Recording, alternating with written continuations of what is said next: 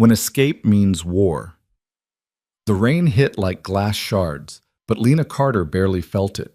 Behind her, the golden glow of the Holloway estate pulsed with champagne laughter. The same people who just watched her husband humiliate her in front of Chicago's elite. 8 years. 8 years of swallowing his cruelty with a smile. Tonight, something inside her finally shattered. She had no plan, no money that wasn't his, no place to go that he couldn't find. But she walked anyway. If you want to see how far a woman can go when she has nothing left to lose, stay until the end.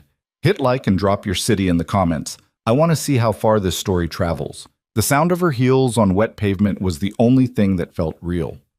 Everything else, the party, the people, the carefully constructed lie of her marriage, felt like it belonged to someone else. Someone who'd died tonight, maybe. Or finally woke up. Lena's hands shook as she pulled her coat tighter. The emerald silk dress beneath it cost more than most people made in a month, but it might as well have been a prison uniform. Grant had picked it out. Grant always picked everything out. "You look perfect, darling. Don't embarrass me tonight." She'd nodded, smiled, applied the lipstick he preferred, and then, 3 hours later, he'd made sure everyone at that party knew exactly how worthless she was. The memory hit her in flashes, his hand on Rebecca Ashford's lower back, the way he'd laughed, that easy, confident laugh, when someone asked if he was worried about leaving his wife alone so much. "Lena," he'd said, voice dripping with performative affection, "she's got plenty to keep her busy. Garden club, charity luncheons, you know how it is." Rebecca had smiled, a knowing smile, the kind that said she knew exactly what Grant did when Lena wasn't around. And then Grant had turned to Lena, still smiling, and added, "Besides, it's not like she'd know what to do with herself if I wasn't managing things. Would you, sweetheart?" The room had gone quiet, not uncomfortable, just attentive, waiting to see if she'd play along. She'd opened her mouth, closed it, felt something crack behind her ribs, and then she'd walked out. No explanation, no goodbye, just out. Now, 20 minutes later, Lena stood on a street corner with no idea where she was going. Her phone buzzed in her clutch, Grant's name lighting up the screen. She declined the call. It buzzed again immediately. She turned the phone off. The rain was getting heavier. Her hair, which she'd spent an hour styling, hung in wet ropes around her face. Mascara probably running. Dress ruined.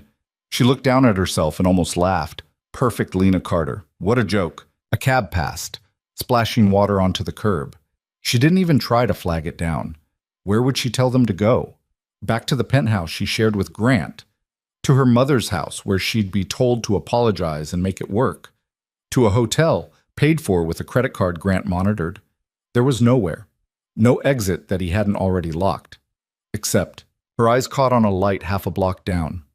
Warm. Yellow. A small cafe wedged between a law office and a shuttered boutique. The sign read, "The Perch," in faded letters. She walked toward it without deciding to. The bell above the door chimed when she pushed inside. The smell hit her first, coffee, something baking, old wood. It was nearly midnight, but a few people were scattered at tables. A student with headphones, an older man reading a newspaper, a woman typing furiously on a laptop. Behind the counter, a barista with purple hair glanced up and did a double take. "Jesus, you okay?" Lena realized she must look insane.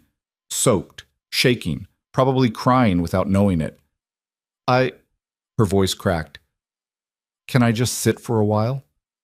The barista's expression softened. "Yeah, of course. You want something? Coffee? Tea?" "Tea, please." "On the house." The barista waved off Lena's attempt to pull out her wallet. "Go sit. I'll bring it over." Lena chose a corner booth as far from the window as possible.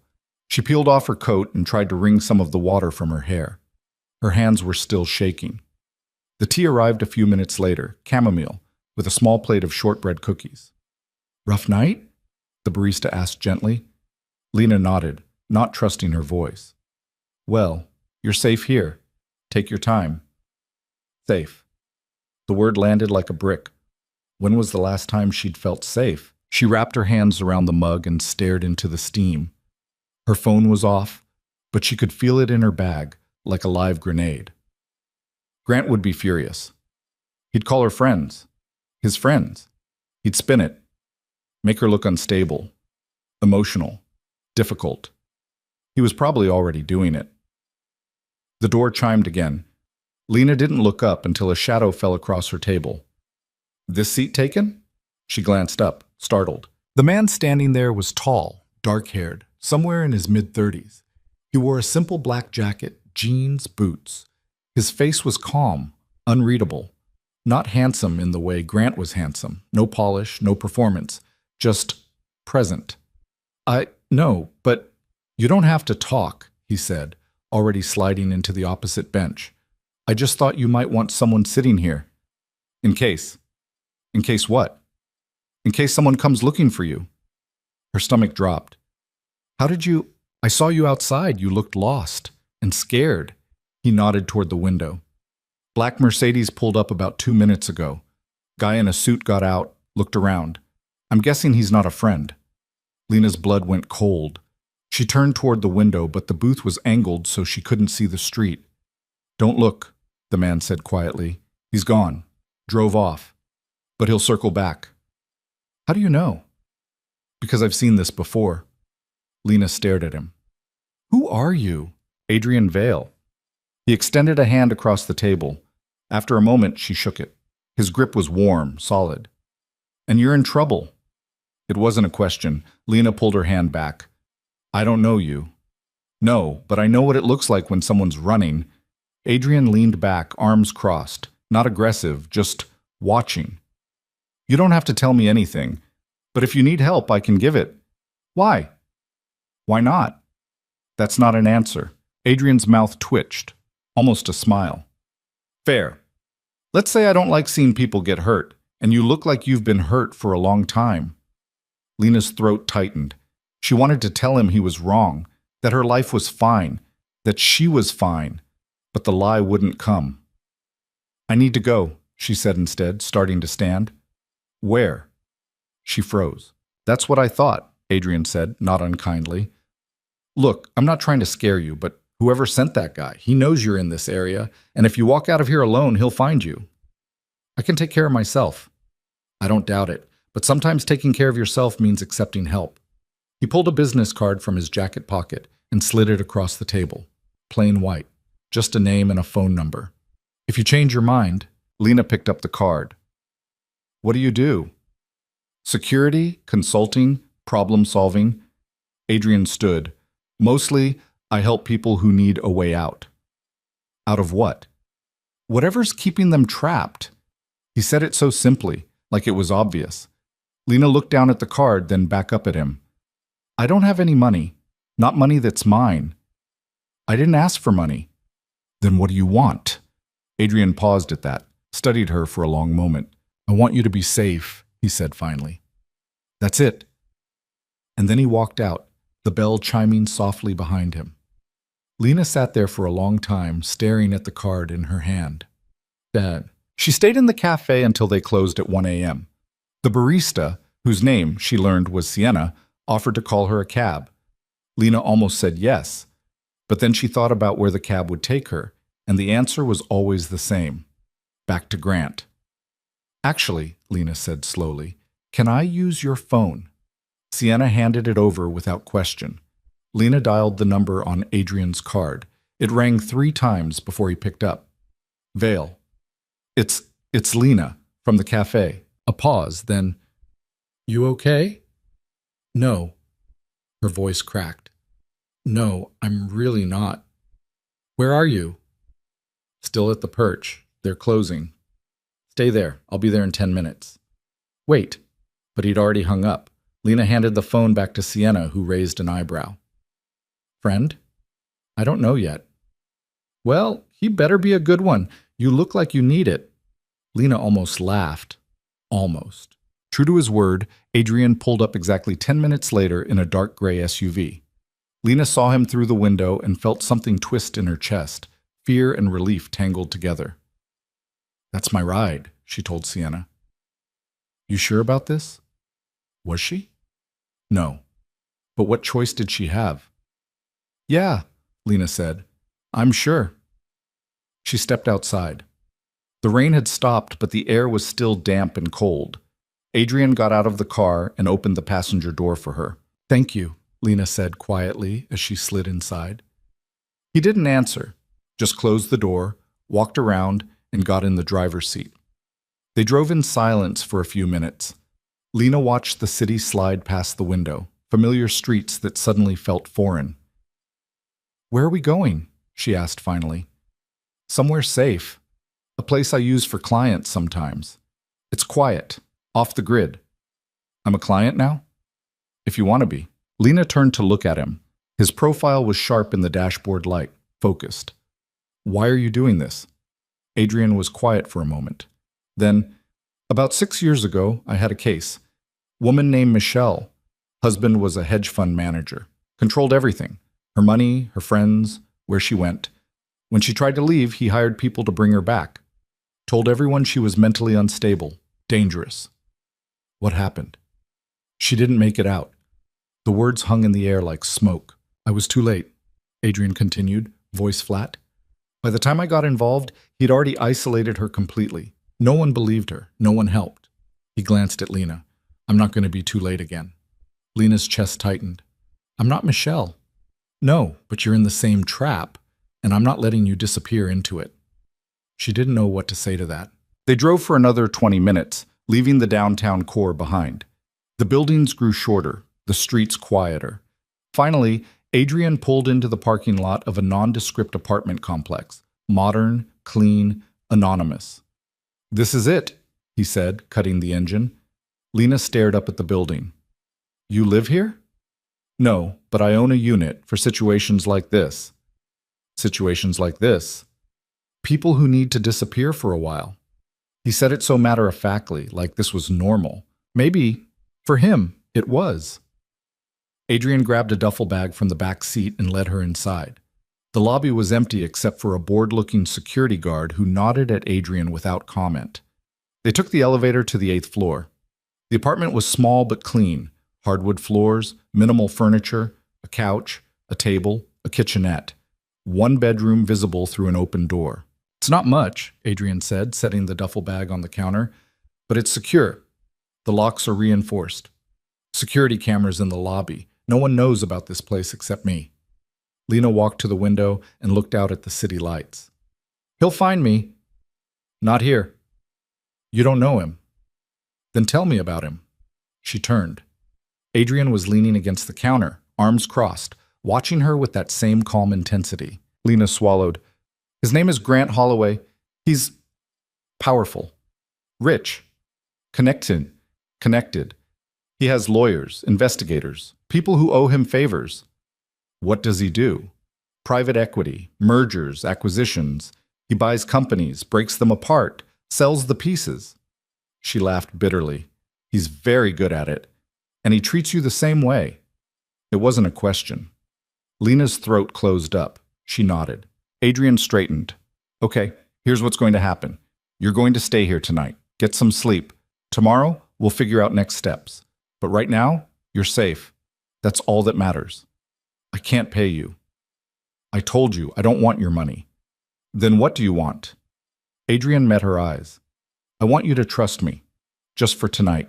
Can you do that? Lena thought about Grant, about the penthouse, about 8 years of suffocating control, about Rebecca Ashford's smile, about the rain and the cafe and the feeling of walking out the door. Yeah, she whispered. I think I can. Lena didn't sleep. She lay on the unfamiliar bed in the unfamiliar room, staring at the ceiling, listening to the unfamiliar sounds of the building settling around her. Every creak made her flinch. Every car passing on the street below made her heart race. He was looking for her. She knew he was. Grant didn't lose things. And she was his. Around 3 a.m., she gave up on sleep and wandered into the main room. Adrian was sitting on the couch, laptop open, scrolling through something. Can't sleep? He asked without looking up. No? That's normal. He closed the laptop. First night's always the hardest. Lena sat down in the chair across from him. Do you do this a lot? Help people like me? Define people like you. People running from their lives. Adrian considered that. Sometimes, when it's necessary. And the rest of the time? Corporate security, consulting, boring stuff. He smiled faintly. This is more interesting. I'm not interesting. I'm a mess. You walked out of a party in the rain with no plan and nowhere to go. That takes guts. Or stupidity. Maybe both. Adrian leaned forward, elbows on his knees. But you're here. That's what matters. Lena looked down at her hands. She was still wearing her wedding ring. The diamond caught the light. Flawless, expensive, cold. She twisted it off and set it on the table between them. Adrian glanced at it but didn't comment. I met him at a fundraiser, Lena said quietly. I was 23, fresh out of college, working at an art gallery. He was charming, confident. He made me feel like I was the only person in the room. And then he married me. And slowly, piece by piece, he took everything away. My job, my friends, my money, my choices. She laughed, hollow. I thought I was lucky. I thought I'd found someone who wanted to take care of me. I didn't realize I was signing up to disappear. You didn't disappear, Adrian said quietly. You're still here. Barely. Barely's enough. Lena looked up at him. Why do you care? Adrian was quiet for a long moment, then, because no one cared about Michelle. And I've spent 6 years wishing I could go back and change that. I can't, but I can make sure it doesn't happen again. I'm not your second chance. No. You're your own second chance. I'm just making sure you get it. Something in his voice made her believe him. He's going to come after me, Lena said. You know that, right? He won't just let me go. I know. And you still want to help? Adrian's expression didn't change. Yeah, I do. Lena didn't understand it, didn't understand him. But for the first time in 8 years, she felt like maybe, just maybe, she wasn't completely alone. Okay, she said. What do we do? First, we keep you off his radar. No phone, no credit cards, no contact with anyone who might tell him where you are. I don't have anyone like that. He made sure of it. Good. That makes it easier. Adrian stood and walked to the window, looking out at the city. Second, we document everything, every instance of control, manipulation, abuse. Build a case. For what? For the divorce, and for making sure he can't touch you after. Lena's stomach twisted. He'll destroy me in court. He has the best lawyers in Chicago. So we'll get better ones. With what money? Adrian turned back to her. Let me worry about that. Why? The word came out sharper than she intended. Why would you do all this for someone you don't even know? Adrian didn't answer right away. He just looked at her, really looked at her, like he was seeing something she couldn't. Because you deserve a way out, he said finally, and because I can give you one. It was the simplest answer in the world, and somehow it was enough. Eat. The next morning, Lena woke to sunlight streaming through the blinds and the smell of coffee. She sat up, disoriented. For a moment, she didn't remember where she was. Then it all came back. The party, the rain, the cafe. Adrian. She was still wearing the green dress. It was wrinkled and stained now, ruined beyond repair. Good. She got up and found Adrian in the kitchen, pouring coffee into 2 mugs. Morning, he said. Sleep at all? A little. Better than nothing. He handed her a mug.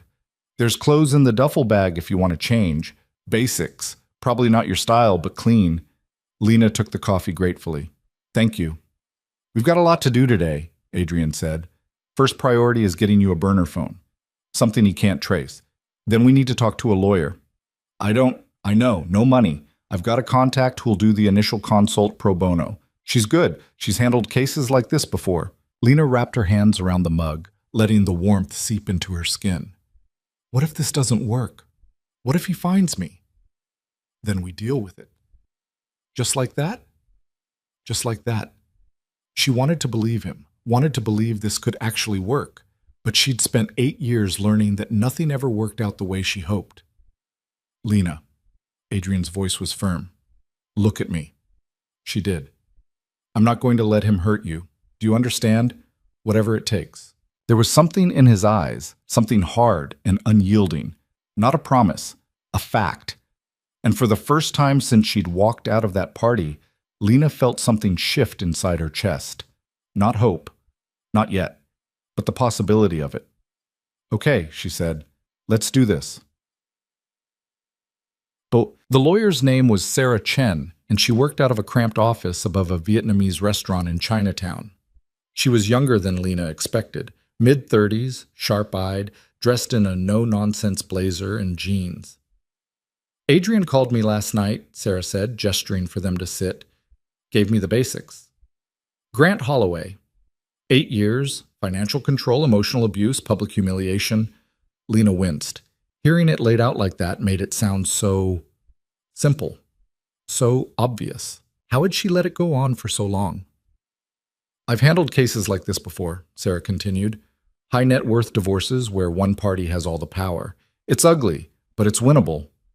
He'll fight, Lena said. He'll make me look crazy, unstable, gold digging. Sarah smiled grimly. Yeah, they always do. That's why we build an airtight case. Documentation, witnesses, financial records, everything. I don't have any of that. Yet. But we'll get it. Sarah leaned forward. Here's the thing, Lena. Men like Grant Holloway think they're untouchable. They think their money and connections make them invincible. And most of the time, they're right. But every now and then, they get cocky. They leave a trail. And when they do, we burn them with it. Lena felt something stir in her chest. Not quite hope, but close. What do you need from me? She asked. Everything. Every email, text, bank statement, credit card charge. Every time he controlled where you went, who you saw, what you wore. Every time he made you feel small. I need all of it. That's a lot. I know, but it's how we win. Lena glanced at Adrian, who nodded. Okay, she said. I'll do it. Sarah smiled. Good. We'll start with an emergency protective order. It won't stop him completely, but it'll put him on notice. And it'll give us legal grounds if he tries anything. Will it work? Depends on the judge, but it's worth a shot. Lena felt her stomach twist. This was real. This was actually happening. There was no going back now. They left Sarah's office an hour later with a stack of forms and a plan. Adrian drove them back to the apartment in silence. Lena stared out the window, watching the city slide past. You okay? Adrian asked finally. I don't know. She turned to look at him. What if I can't do this? What if I'm not strong enough? You walked out of your own life with nothing but a wet dress and a prayer, Adrian said. You're stronger than you think. I don't feel strong. You don't have to. You just have to keep moving. Lena wanted to believe him, but every time she closed her eyes, she saw Grant's face, heard his voice. You're nothing without me. Maybe he was right. They pulled into the parking lot and Adrian cut the engine, but before Lena could open the door, he spoke again. Lena. She turned. I need you to understand something, Adrian said.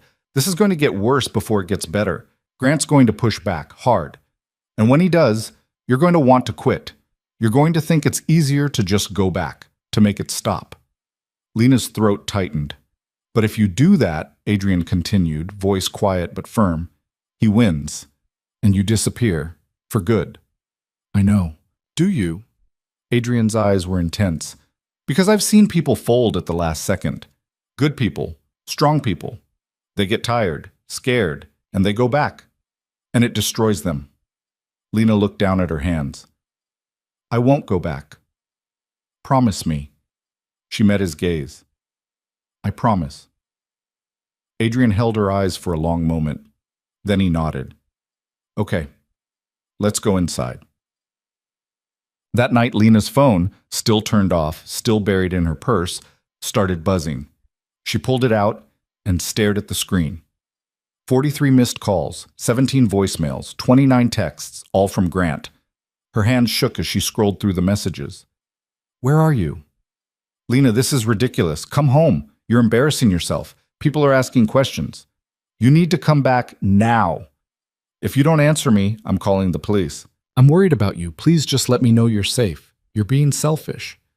Fine. Do what you want. But don't come crying to me when you realize you have nothing. And then the last one, sent 20 minutes ago. I know you're with someone. I know where you are. This isn't over. Lena's stomach dropped. Adrian. He looked up from his laptop. What? She handed him the phone. Adrian read through the messages, his expression darkening. He's bluffing. How do you know? Because if he knew where you were, he'd already be here. Adrian set the phone down. He's trying to scare you into coming back. It's working. Don't let it. Adrian stood and walked to the window, checking the street below.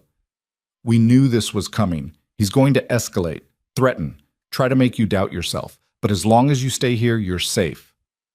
What if he finds this place? He won't. But what if he does? Adrian turned to face her. Then I deal with it. How? However I have to. There was something in his voice, something cold and final, that made Lena believe him.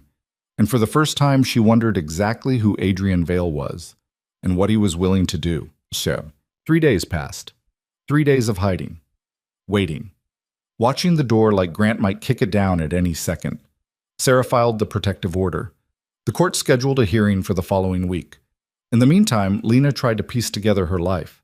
She made lists, every instance of control, every cruel comment, every time Grant had made her feel like she was losing her mind.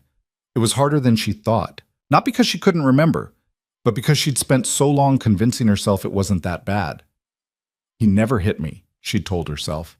He just managed things. He never screamed. He just corrected her. He never locked her in. She was free to leave any time, except she wasn't, and she hadn't been for 8 years. On the 4th morning, Adrian's phone rang while they were having coffee. He glanced at the screen, frowned, and answered. Yeah? Lena watched his expression shift, tighten, harden. When? A pause. How many? Another pause. Okay, I'll handle it. He hung up. What's wrong? Lena asked. Adrian set the phone down carefully. Grant hired a private investigator. Lena's heart stopped. How do you know? I have people watching him. He met with a PI firm yesterday. High-end. Expensive. The kind that finds people who don't want to be found. So he's looking for me. Yeah. Lena stood, panic rising in her chest. We have to move. We have to... Lena, breathe. He's going to find me. He's going to... Lena. Adrian's hands were on her shoulders, firm but not rough. Look at me. She did. He's not going to find you. Do you hear me? I've dealt with PIs before. They're good, but they're not that good. And this place is locked down. He'd have to go through me first. And if he does? Adrian's jaw tightened. Then he'll regret it. Lena wanted to believe him, wanted to feel safe. But she knew Grant, knew how relentless he could be. What do we do? She whispered. We stick to the plan, Adrian said. We keep you safe. We build the case. And we make sure he can't touch you. And if that doesn't work, Adrian's eyes were cold, then we make sure he can't touch anyone. Lena didn't ask what that meant. She wasn't sure she wanted to know. The hearing for the protective order was scheduled for Tuesday morning. Sarah prepped Lena the night before, walking her through what to expect. The questions, the scrutiny, the way Grant's lawyers would try to tear her apart. They're going to paint you as vindictive, Sarah warned, a woman scorned, gold-digging, mentally unstable, whatever sticks. How do I fight that? By telling the truth, calmly, clearly. Don't get emotional, don't get defensive, just state the facts. Easier said than done. That night, Lena couldn't sleep. She lay in bed, staring at the ceiling, running through everything she needed to say. He controlled my money, my schedule, my friends. He humiliated me in public, made me feel worthless, made me believe I had no other options. It was all true. But would anyone believe her? Around 2 a.m., she got up and found Adrian in the living room, scrolling through his phone. Can't sleep? He asked. No. Nervous about tomorrow? Terrified. Adrian set his phone down. You're going to do fine. How do you know? Because you're still here. You didn't go back. That takes more strength than you realize. Lena sat down across from him. What if the judge doesn't believe me? Then we appeal. We keep fighting. For how long? As long as it takes. Lena looked at him, really looked at him, at the calm certainty in his eyes, the way he seemed completely unbothered by the enormity of what they were up against. Why are you doing this? She asked quietly. Really? Adrian was silent for a long moment, then, because someone should have done it for Michelle, and they didn't, and I'm not making that mistake again. I'm not her. No, but you could be. If I walk away. Lena's throat tightened. I don't know how to thank you. Then don't. Just survive this. That's all I need.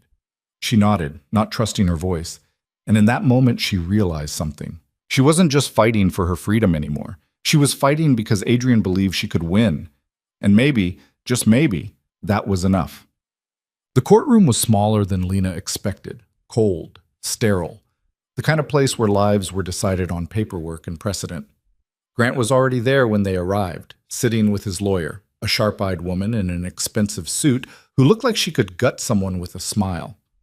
Grant didn't look at Lena when she walked in, didn't acknowledge her at all. But she felt his presence like a weight on her chest. Sarah squeezed her arm. You've got this. Lena nodded, even though she didn't believe it. The judge, a tired-looking man in his 50s, called the hearing to order. Grant's lawyer went first. Your Honor, this entire petition is a fabrication. Mrs. Holloway left a social event without explanation, turned off her phone, and has been hiding from her husband for nearly a week. Mr. Holloway is deeply concerned for her well-being and has been trying to locate her to ensure she's safe. This protective order is nothing more than a vindictive attempt to punish him for imagined slights. Lena's hands clenched in her lap. Sarah stood. Your Honor, Mrs. Holloway left because she was subjected to public humiliation and years of coercive control. She has documented evidence of financial abuse, emotional manipulation, and isolation. She is not hiding out of vindictiveness. She is hiding because she is afraid. The judge looked at Lena. Mrs. Holloway, is that accurate? Lena stood. Her legs felt like water. Yes, Your Honor. Can you elaborate? She took a breath. My husband controls every aspect of my life, my bank accounts, my phone, where I go, who I see, what I wear. He humiliates me in front of his friends and colleagues. He makes me feel like I'm nothing without him.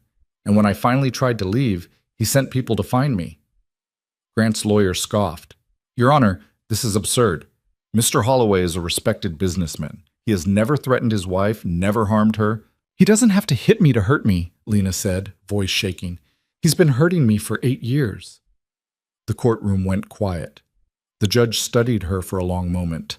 Then he looked at Grant. Mr. Holloway, do you have anything to say? Grant stood, smooth, calm, every inch the successful executive. Your Honor, I love my wife. I've only ever wanted to take care of her. If she's felt controlled, that was never my intention. I've provided her with everything she could possibly need. And yes, I've been trying to find her, because I'm worried. She's not thinking clearly. She needs help. Lena's stomach twisted. There it was. The narrative Grant had been building. The one that made her look unstable, irrational. The one that made him look like the hero. The judge sighed. I'm going to grant a temporary protective order. Mr. Holloway, you are to have no contact with your wife until the next hearing, scheduled for 2 weeks from today. At that time, we'll revisit this matter with more evidence. Lena felt something crack open in her chest. She'd won. Not completely. Not yet. But she'd won. Grant's expression didn't change, but Lena saw the flash of anger in his eyes. And she knew this wasn't over. Not by a long shot. The temporary protective order should have brought relief. Instead, it brought something worse. Waiting. Lena spent the first day after the hearing barely breathing, waiting for Grant to violate it. Waiting for him to show up at the apartment, to send someone, to find a loophole. Sarah had warned her that a piece of paper wouldn't stop a man like Grant if he really wanted to reach her. It just meant there would be consequences if he did. If he got caught, Adrian doubled the security anyway. New cameras in the hallway, a second deadbolt on the door.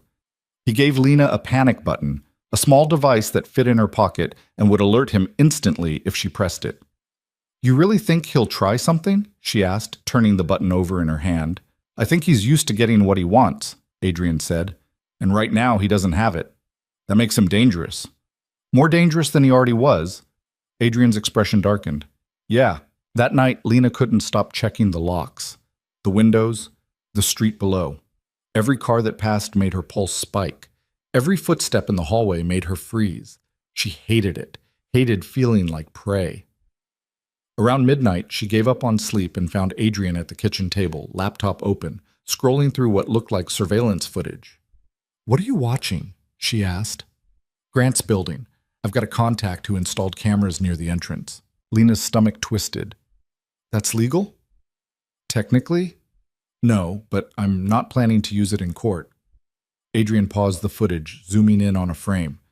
"I just need to know what he's doing, who he's meeting." On the screen, Grant walked out of the building with another man, tall, broad-shouldered, wearing a dark suit. They stood on the sidewalk for a moment, talking. Grant handed the man something, an envelope maybe. "Who's that?" Lena asked. "Don't know yet, but I'm going to find out." Adrian switched to another camera angle. "He's been meeting with people all week, lawyers, investigators, and now this guy." "You think Grant's planning something?" "I know he is." Adrian closed the laptop and looked at her. "Men like Grant don't just accept losing. They retaliate." Lena wrapped her arms around herself. "So what do we do?" "We stay ahead of him, keep documenting everything, build the case so airtight he can't wiggle out of it. And if that's not enough?" Adrian's jaw tightened. "Then we make sure he knows what happens when he crosses the line." There was something in his voice that made Lena's skin prickle. Not fear, exactly, but awareness. Adrian wasn't just some security consultant helping her out of kindness. There was something harder beneath the surface, something that knew how to fight dirty. She wondered, not for the first time, what his story really was. "Adrian," she said carefully, "what did you do before this? Before the security consulting?" He was quiet for a long moment. Then, "Military, special operations, the kind of work you don't talk about at parties." "How long?" 10 years. Got out 6 years ago." "Why?" Adrian's expression shifted, something cold passing through his eyes. "Because I got tired of following orders that got good people killed." Lena didn't know what to say to that. "Michelle," Adrian continued, voice flat, "was the sister of someone I served with. When she reached out for help, I thought I could handle it quietly. By the time I realized how bad it was, her husband had already convinced everyone she was unstable. Locked her in a psychiatric facility. She died 3 weeks later. Officially ruled a suicide." "But you don't think it was?" "I know it wasn't." Adrian's hands clenched into fists. "And I've spent 6 years making sure it doesn't happen again." Lena's throat tightened. "I'm sorry." "Don't be. Just don't give up." "I won't." But even as she said it, she felt the weight of Grant's shadow pressing down on her. He was out there, planning, scheming, and she had no idea what was coming. The next morning, Sarah called with news. "Grant's lawyer filed a counterclaim," she said, voice tight. "He's alleging that you're mentally unstable and demanding a psychiatric evaluation before the divorce proceeds." Lena's blood went cold. "He can't do that." "He can try. And if the judge agrees, you'll have to submit to an evaluation by a court-appointed psychologist." "This is insane." "This is strategy," Sarah said grimly. "He's trying to paint you as irrational, unreliable. If he can get a psych eval on record saying you're unstable, it undermines everything you've said about the abuse." "So what do I do?" "You let them evaluate you, and you pass. Because you're not unstable, Lena. You're traumatized. There's a difference." Lena pressed her palm to her forehead. "When?" "Hearing's in 3 days. If the judge orders it, you'll have a week to complete the evaluation." After Sarah hung up, Lena sat on the couch, staring at nothing. Adrian emerged from the bedroom, already dressed. "What'd she say?" "Grant's claiming I'm crazy, wants me evaluated." "Of course he does." "What if they believe him?" Adrian sat down beside her. "They won't. You just have to stay calm. Answer their questions. Don't let him get in your head." "He's already in my head," Lena said, voice breaking. "He's been in my head for 8 years. I don't know how to get him out." Adrian turned to face her fully. "Then we make new memories, ones that aren't about him." "How?" "By living, even just a little." He stood and held out his hand. "Come on." "Where are we going?" "Somewhere that's not this apartment." Lena hesitated. "What if someone sees me?" "Let them. You have a protective order." "He can't touch you." Adrian's hand stayed extended. "Trust me." After a moment, Lena took it. They ended up at a small park along the lakeshore. It was late morning, the kind of crisp autumn day where the sunlight felt thin and fragile. A few joggers passed by. A woman walked her dog. Everything felt impossibly normal. Lena couldn't remember the last time she'd been somewhere like this without Grant's permission. "I used to come here a lot," Adrian said, leading her toward a bench overlooking the water. "When I first got out of the service, needed somewhere quiet to think." "Did it help?" "Sometimes." He sat down and Lena joined him. "Mostly, it just reminded me that the world kept turning whether I was okay or not. That's depressing. Or freeing, depends on how you look at it." Lena watched the waves lap against the shore. "I don't know how to be free. I've been someone's possession for so long, I don't even know who I am without him." "Then figure it out. You've got time now." "Do I? Because it feels like I'm just waiting for the other shoe to drop." "Maybe you are," Adrian said, "but that doesn't mean you stop living in the meantime." A jogger passed by, earbuds in, completely oblivious to them. Lena watched him disappear down the path and felt a strange pang of envy. To be that unaware, that unburdened. "Can I ask you something?" she said. "Why do you care so much? Really? I know you said it's about Michelle, but it's not just about her." Adrian leaned forward, elbows on his knees. "When I was deployed, I saw what happens when people have no way out. When they're trapped by someone stronger, someone who controls everything. Some of them fought, some of them gave up, and some of them just disappeared. Stopped being people." He glanced at her. "I don't want that for you." "I already disappeared," Lena said quietly. 8 years ago. "No, you're still here, you're just buried, but we're digging you out." Lena wanted to believe him, wanted to believe she could be someone again, but Grant's voice was still there, whispering in the back of her mind. "You're nothing without me." That afternoon, Adrian got a call from his contact, the one monitoring Grant's building. Lena watched his expression shift as he listened. His jaw tightened, his eyes went cold. "When?" he asked. A pause. "How many?" Another pause. "Okay. Thanks." He hung up and immediately started typing on his laptop. "What is it?" Lena asked. Grant met with the same guy again, the one from the footage, but this time there were 2 others with him. So I ran facial recognition on all 3. Adrian turned the laptop toward her. On the screen were 3 men, hard faces, dead eyes. The kind of men who made a living doing things other people didn't want to know about. They're hired muscle, enforcers. One of them has a rap sheet that includes assault, kidnapping, and intimidation. Lena's stomach dropped. Why would Grant hire people like that? Adrian's expression was grim. Because he's planning to take you back, whether you want to go or not. The room tilted. "He can't," Lena whispered. "He has a restraining order. He can't." A piece of paper doesn't mean anything to men like this. They don't care about legal consequences. They care about getting paid. Adrian closed the laptop. "We need to move you." "To where?" "Somewhere safer. This place is secure, but if Grant knows you're in the city, it's only a matter of time before he narrows down the options." "Where can I go that he won't find me?" Adrian stood and started pacing. "I've got a cabin upstate, off the grid. No internet, no cell service. Completely isolated." "That sounds like a prison." "It's protection." Adrian stopped and looked at her. "I know it's not ideal, but if Grant's escalating to hired thugs, we need to keep you out of reach until we can get him arrested." "Arrested for what? Meeting with people?" "For conspiracy to kidnap, assault. Whatever Sarah can make stick once we have evidence." Lena's head was spinning. This was insane, all of it. "What if I just go to the police?" "And tell them what? That your estranged husband met with some guys who have criminal records? Without proof of intent, there's nothing they can do.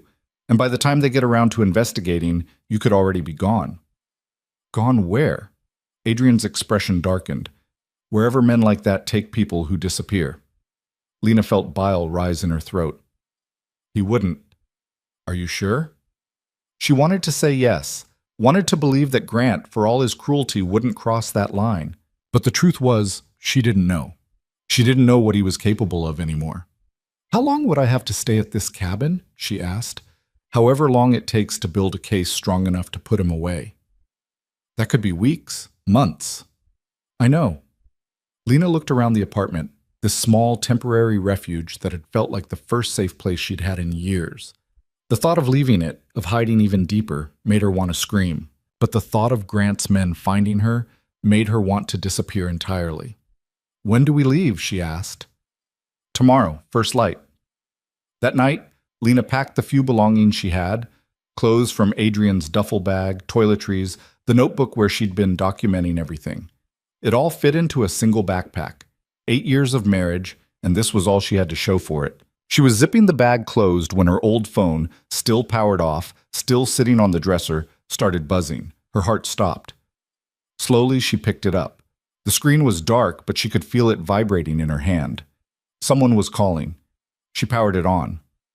47 new messages, 22 missed calls, all from Grant, and one voicemail, left 10 minutes ago.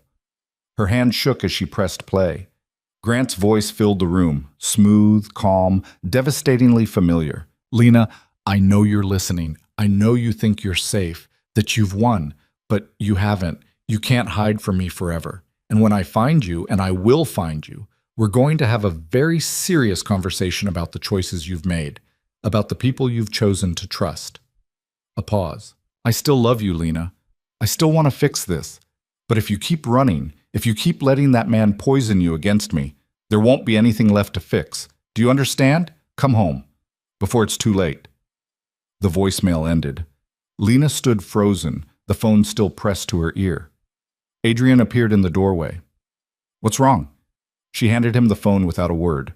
He listened to the message, his expression hardening with every word. When it finished, he deleted it and powered the phone off. "He's trying to scare you," Adrian said. It's working." "That's what he wants. He wants you off balance, afraid, second-guessing everything." "What if he's right? What if I'm making it worse by running?"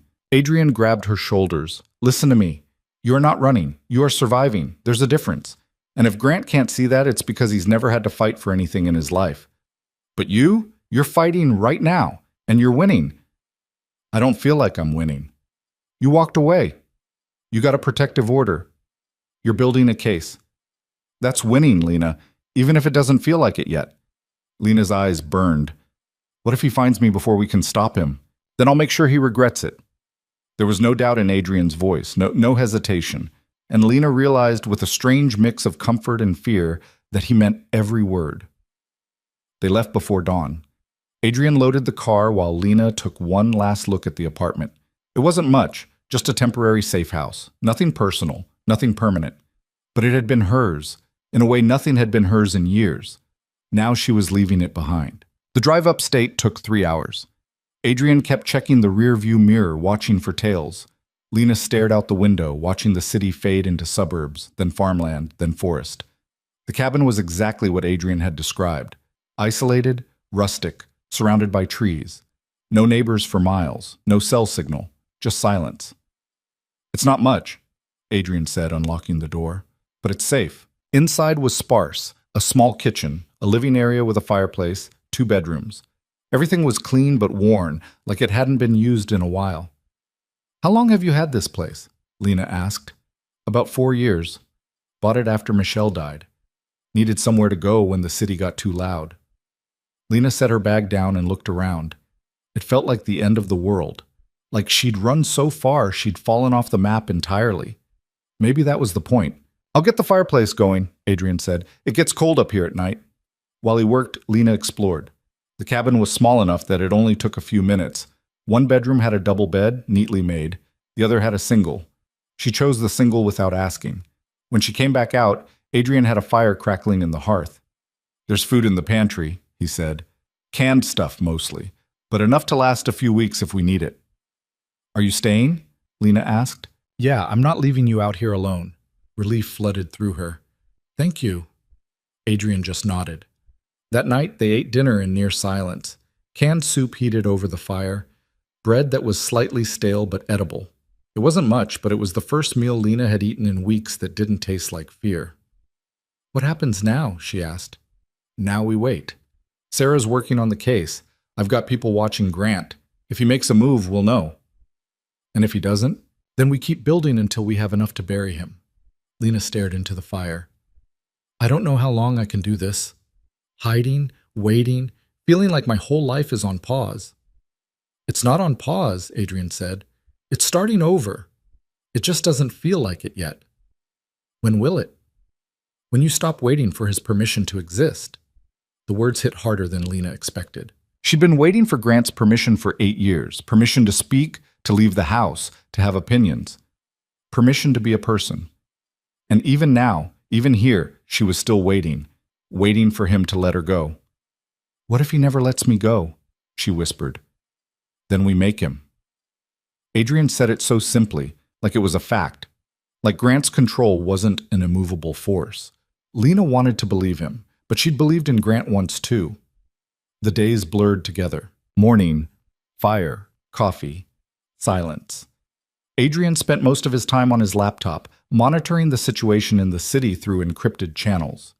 Lena read, wrote in her notebook, tried not to think about how small her world had become. On the 4th day, Adrian's phone buzzed, a rare occurrence given the lack of signal. He must have rigged some kind of satellite connection. He read the message, his expression darkening. What? Lena asked. Grant filed a missing persons report. What? He's claiming you've been abducted, that you're in danger. He's got the police looking for you. Lena's stomach dropped. Can he do that? He just did. Adrian set the phone down. It's smart, actually. If the cops find you, they'll bring you in for questioning, and once you're in the system, it's a lot easier for him to get to you. So what do? We make sure they don't find you. How? Adrian stood and started pacing. Sarah needs to file a response. Let the court know you're safe, that you left voluntarily, and that Grant's weaponizing the police to violate the protective order. Will that work? It should, but it'll take time, and in the meantime, we stay here, off the grid, invisible. Lena felt the walls of the cabin closing in. That night she couldn't sleep. She lay in the narrow bed, staring at the ceiling, listening to the wind rattle the windows. Grant was out there, spinning his web, turning her into a victim who needed saving, a damsel locked in a tower by a dangerous man. And the worst part was, people would believe him, because Grant was charming, successful, respectable, and she was just his unstable wife. Around 2 a.m., she gave up and went into the main room. Adrian was still awake, sitting by the fire, staring into the flames. Can't sleep? He asked. No. Me neither. Lena sat down across from him. Do you ever regret this? Helping me? No. Not even a little? Adrian looked at her. Why would I? Because it's complicated, dangerous, because I'm a mess, and I keep dragging you deeper into my nightmare. You didn't drag me anywhere. I chose this. Why? Adrian was quiet for a long time, then, because walking away would mean becoming the kind of person I spent 10 years fighting against. And I'm not ready to be that person yet. Lena's throat tightened. I don't know how to repay you. Then don't. Just survive. That's enough. But Lena wasn't sure it was. The next morning, Adrian got another message. This one made him stand up so fast his chair fell over. What? Lena demanded. Grant's men were spotted near Sarah's office. What were they doing? Surveillance, probably, trying to figure out where she's keeping you. Adrian was already moving, grabbing his jacket, checking his gun. I need to go back to the city, make sure Sarah's safe. What about me? You stay here. Doors locked. Don't answer for anyone. I'll be back by tonight. Adrian? Lena. He stopped and looked at her. This is what I do. Let me do it. And then he was gone. The silence that followed was deafening. Lena locked the door behind him and sat by the window, watching the driveway. Hours passed. The sun climbed higher, then started to sink. Adrian didn't come back. By nightfall, Lena was pacing. She checked the locks, the windows, the driveway. Nothing. Her mind spiraled. What if something happened to him? What if Grant's men found him? What if she was alone out here, with no phone, no car, no way to call for help? She was about to break the window and run when she heard it. The sound of tires on gravel. Headlights cut through the darkness. Lena's heart stopped. She grabbed the fire poker, the only weapon she could find, and stood behind the door. The car stopped. The engine cut. Footsteps on the porch. A knock. Lena, it's me. Adrian's voice. She nearly collapsed with relief. She unlocked the door and pulled it open. Adrian stood there, looking exhausted but unharmed. You're okay, she breathed. Yeah, Sarah's fine too. I got her moved to a secure location. What about Grant's men? Handled. Lena didn't ask what that meant. Adrian stepped inside and locked the door behind him. We need to talk. About what? He pulled out his phone and showed her a photo. It was grainy, taken from a distance, but unmistakable. Grant, standing outside a warehouse, talking to the same men from before. I followed them, Adrian said. They're planning something. Soon. Planning what? To take you back. By force. Lena's legs gave out. She sank onto the couch, her whole body shaking. When? She whispered. I don't know, but it's coming. Adrian sat down beside her. Which is why we can't wait anymore. We need to hit him first. How? Adrian's eyes were cold, hard. We turn his trap against him. Lena stared at Adrian like he'd just suggested they rob a bank. Turn his trap against him? She repeated. What does that even mean? Adrian pulled out his laptop and opened a file. Security camera footage filled the screen, the warehouse, Grant, the three men. Timestamps from 2 hours ago. Grant's hired these guys to grab you. They're professionals, which means they'll have a plan, surveillance, a timeline, an extraction point. Adrian paused the footage. But they're also predictable. They'll wait for you to surface, to go somewhere public, somewhere they can make a move without it looking like a kidnapping. I'm not going anywhere public. I know, which is why we're going to make them think you are. Lena's stomach twisted. You want to use me as bait. I want to use the idea of you as bait, Adrian corrected. You stay here, safe. We make it look like you're coming back to the city for the psych evaluation. There is no psych evaluation. The judge hasn't ruled yet. Grant doesn't know that. And even if he did, he's desperate enough to move anyway. Adrian zoomed in on one of the men's faces. These guys are expensive. He's paying them to sit around and wait. Eventually, they're going to push for action, and when they do, we'll be ready. Ready how? Adrian closed the laptop. We let them make their move, but instead of finding you, they find me, and a dozen cameras recording everything. And then what? You fight them off? Get yourself killed? I'm not planning to fight them.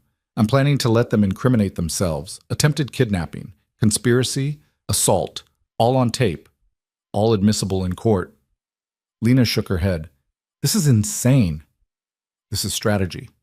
This is suicide. Adrian leaned forward, elbows on his knees. Lena, if we don't do something, Grant's going to keep escalating.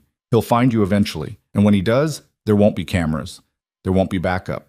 It'll just be you and whoever he sends. Is that what you want? Of course not. Then trust me. I barely know you. I know, but I'm the only option you've got. The truth of it landed like a punch. Lena wanted to argue, to find another way, to believe that the legal system would protect her. But she'd seen how easily Grant manipulated the narrative, how quickly people believed him. She needed more than a protective order. She needed proof. Evidence so damning that even Grant's lawyers couldn't spin it. What do you need from me? She asked quietly. I need you to stay here. Don't leave the cabin for any reason. Don't answer the door unless you hear my voice. And if anything feels wrong, you use this. Adrian handed her a second panic button, identical to the first. 1 click sends an alert to my phone. 2 clicks sends it to the police with your exact coordinates. What if you're the one in trouble? Then you call the police anyway. Let them sort it out. Lena closed her fist around the button. It was small, smooth, deceptively simple. When are you doing this? Tomorrow. Sarah's going to leak false information to one of Grant's contacts. Make it look like you're coming in for a meeting at her office. If Grant takes the bait, his guys will be there. And if he doesn't, then we try something else. But I think he will. He's running out of time and options. So are we. Adrian's expression softened slightly. I know, but we're still ahead of him, and that's what matters. Lena wanted to believe that, wanted to feel like they had control. But sitting in this cabin, miles from anywhere, waiting for a trap to spring, it didn't feel like control.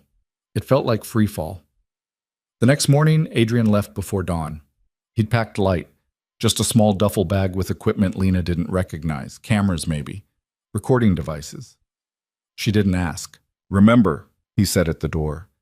Stay inside. Don't open this door for anyone. I know. And if something happens, I press the button. I know, Adrian.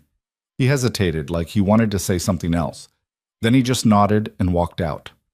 Lena locked the door behind him and watched through the window as his taillights disappeared down the dirt road. And then she was alone. The silence was immediate and absolute.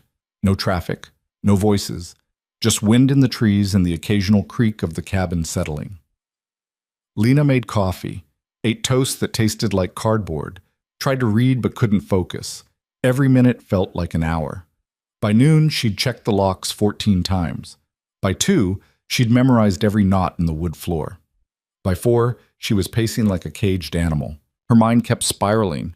What if Adrian was wrong? What if Grant didn't take the bait? What if he did and something went wrong?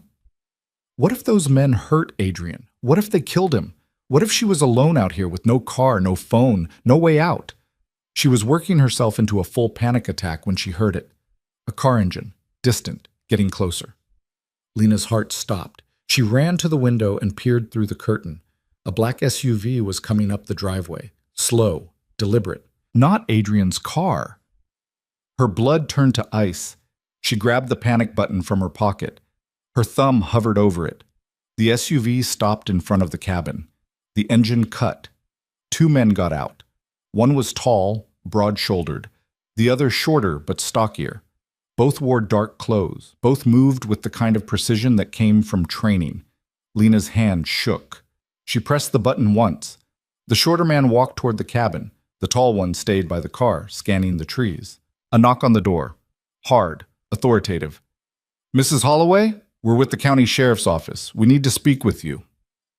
Lena's mind raced. Sheriff's office? No, no way. These men didn't look like cops. She didn't answer. Another knock. Harder. "Mrs. Holloway, we know you're in there. Your husband filed a missing persons report. We just need to confirm you're safe." Her husband, Grant. This was him. It had to be. "I'm fine," Lena called through the door. "I don't need any help." "Ma'am, we still need to see you. Make sure you're not under duress." "I'm not opening the door." A pause. Then the shorter man's voice changed, dropped the pretense of politeness. "Mrs. Holloway, you can open this door voluntarily, or we can open it for you. Your choice." Lena backed away from the door. Her pulse hammered in her ears. This was it. This was what Adrian had warned her about. She pressed the button again. 2 clicks. "Police. Help." "We're coming in," the man said. The door handle rattled. Locked. Thank God. Then came a loud bang. A boot against the wood. The frame splintered. Lena ran. She bolted for the bedroom, slammed the door, shoved a chair under the handle. Her hands fumbled with the window latch, stuck, painted shut. Another crash from the front room. The door giving way. Footsteps inside the cabin. "Mrs. Holloway, don't make this difficult." Lena grabbed a lamp from the nightstand and smashed the window. Glass shattered. Cold air rushed in. She climbed through, cutting her hands on the jagged edges. Dropped onto the ground outside. Pain shot through her ankle, but she didn't stop. She ran. The forest was dense, dark even in daylight. Branches tore at her clothes. Roots tried to trip her. Behind her, she heard shouting. "She's running! East side!" "Get her!" Lena's lungs burned. Her ankle screamed, but she kept moving. She had no plan, no idea where she was going, just away. Anywhere away. A gunshot cracked through the air. Lena hit the ground, hands over her head. Her whole body shook. "That was a warning," one of the men shouted. "Stop running or the next one won't be." She couldn't breathe, couldn't think. Her vision blurred with tears. This was it. This was how it ended. And then she heard it. Sirens. Distant, but getting closer.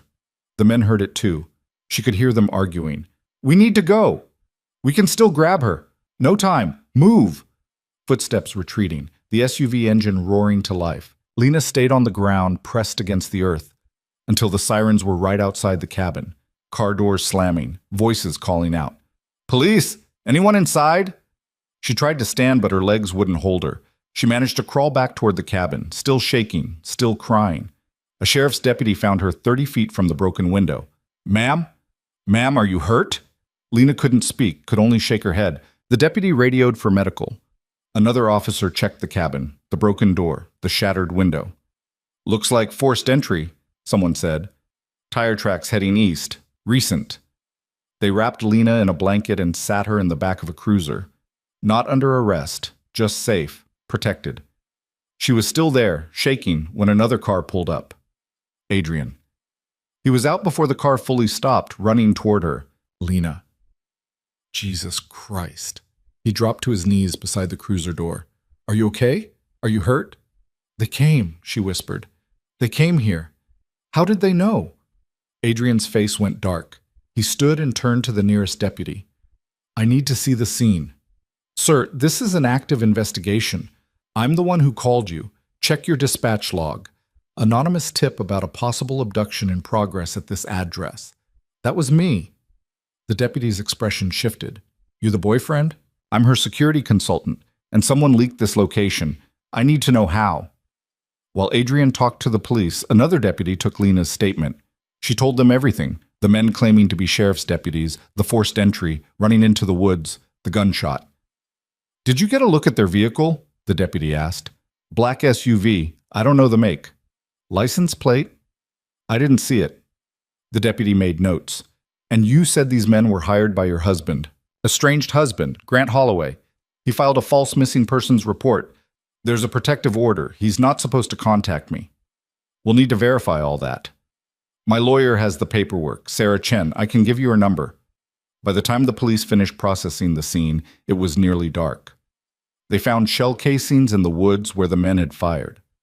Boot prints, tire tracks. But the SUV was long gone. Adrian drove Lena back to the city. She sat in the passenger seat, wrapped in the blanket, staring at nothing. I'm sorry, Adrian said quietly. I should have known they'd find the cabin. How did they? I don't know yet, but I'm going to find out. Lena turned to look at him. They had guns, Adrian. They shot at me. I know. This isn't a game anymore. It never was. Then what do we do now? Adrian's jaw tightened. Now we make sure Grant goes down for this. Attempted kidnapping, conspiracy. We've got police reports now, evidence. This isn't just divorce court anymore. This is criminal. He'll just say he didn't know, that he hired investigators and they went rogue. Then we prove he knew. We trace the money, the communications, everything. Lena leaned her head against the window.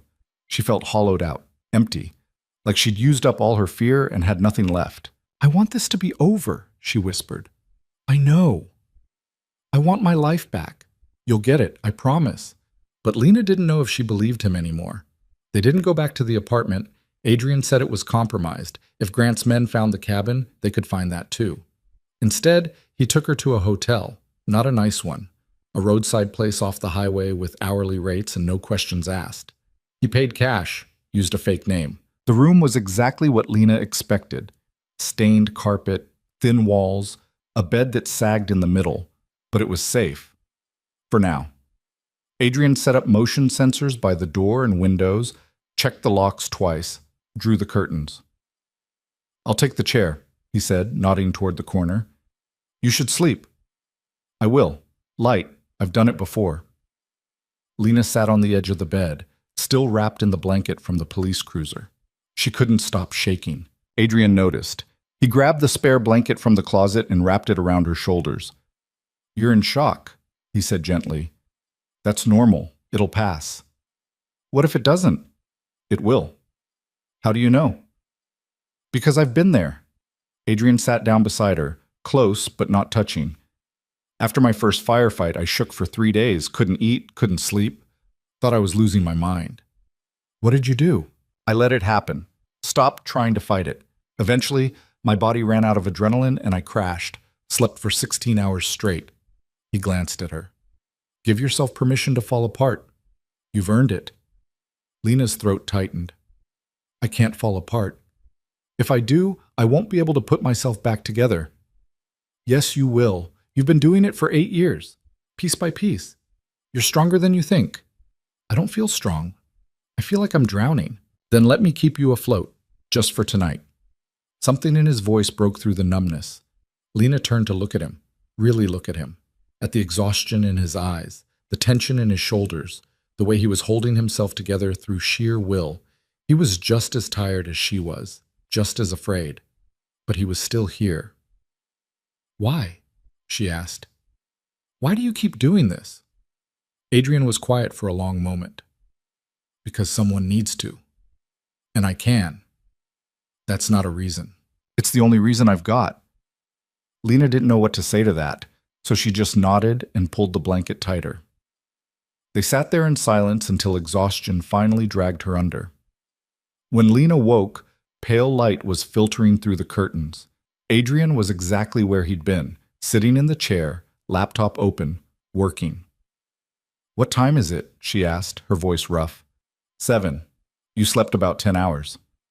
You didn't sleep at all, did you? Couple hours. I'm fine. Lena sat up. Her whole body ached.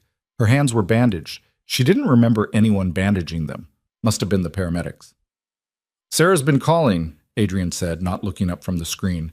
The police contacted her. She's filing an emergency motion to have Grant arrested. Will it work? Depends on what evidence they found at the cabin.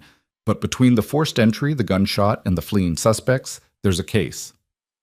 Grant will say he had nothing to do with it. He can say whatever he wants. His bank records will tell the truth. Adrian finally looked at her. One of the men they're looking for, Marcus Voss. He's got a record, and he's expensive, the kind of expensive that leaves a paper trail. Grant's too smart to pay someone like that directly. Maybe, but people make mistakes when they're desperate, and Grant's desperate. Lena's phone, the burner Adrian had given her, buzzed on the nightstand. She picked it up. A text from Sarah. Judge granted emergency hearing. Today at 2 p.m. Can you make it? Lena showed the screen to Adrian. That's fast, he said. Is that good or bad? Good. It means the judge takes this seriously. Adrian stood and started packing up his equipment. We need to get you ready. Sarah's going to walk you through what to expect. What if I freeze? What if I can't talk? Then you write it down and hand it to the judge. Whatever it takes. Adrian paused. Lena, you've come this far. Don't stop now. She wanted to argue, to say she couldn't do this, that it was too much. But she was so tired of running, so tired of hiding. Maybe it was time to fight. The courthouse was crawling with people, lawyers, clerks, people with briefcases and tired eyes. Sarah met them outside the courtroom. She looked sharp, focused, ready for war. How are you holding up? She asked Lena. I've been better.